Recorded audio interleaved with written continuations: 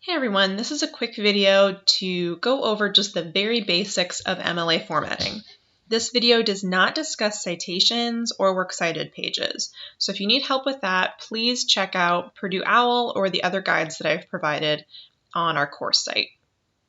So to get started, the first thing that you want to do when you've opened your paper is to make sure that you're using the correct font, type, and size.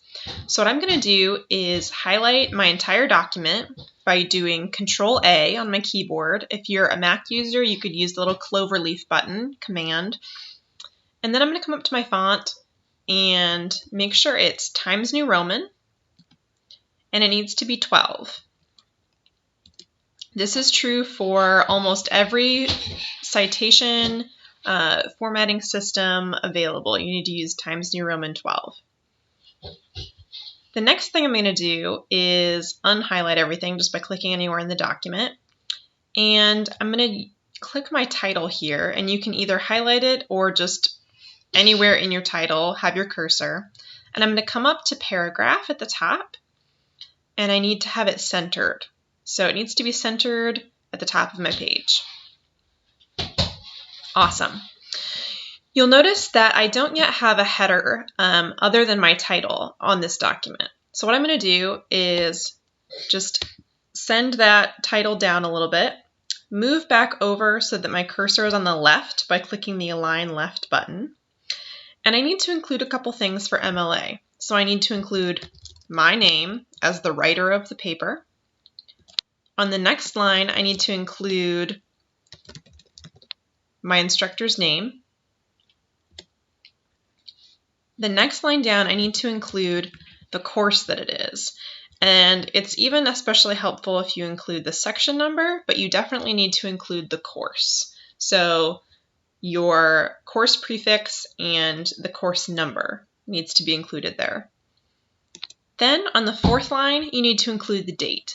And keep in mind that for MLA, they're using day, month, year format, which is pretty common almost everywhere else besides the US. So it might feel weird to us, but it's pretty standard everywhere else. So you're going to use the date, the month, if I could type correctly, and then the year. All of this should also be in Times New Roman 12-point font.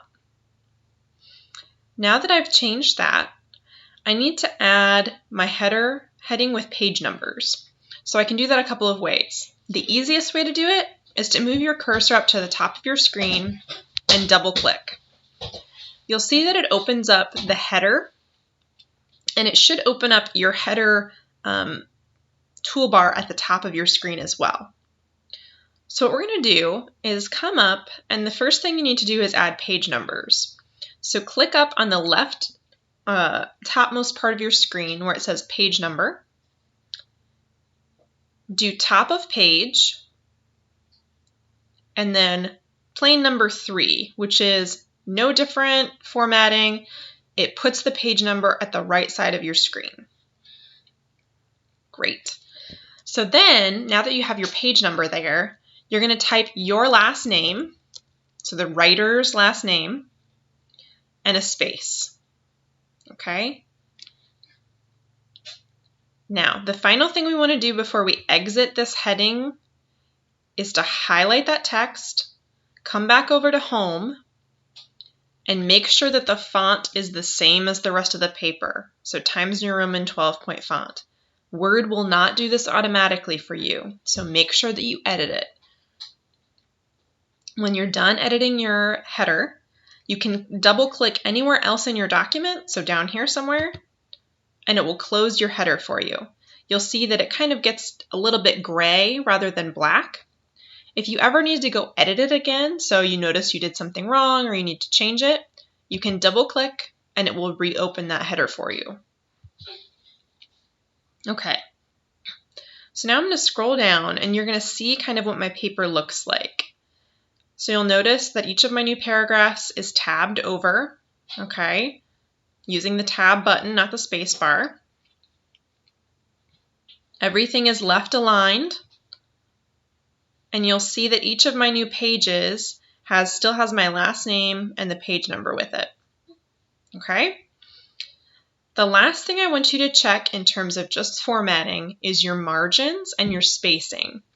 So to check your margins, you're going to come up to the top, click on Layout, and then come over here to the left side where there's the Margins drop down.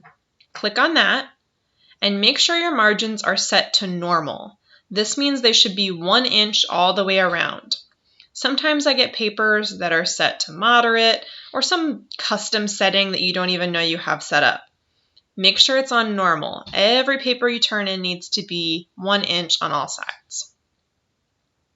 The last thing I want you to do, highlight your entire document again, Control A, or if you need to click and drag, but Control A, and then come up here to Paragraph, and you can do this a couple ways. You can come up to where the paragraph is here on Layout and click this little drop-down button, and it will open this paragraph menu. I'm going to close it real quick so I can show you the other way. You can also come over to where your text is, where you've highlighted it, and right-click, okay, and then come into Paragraph. It's the same menu either way.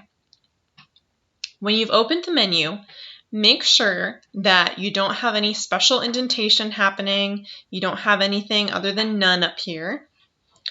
You want to make sure that you don't have any spacing before or after, okay, down here in the paragraph.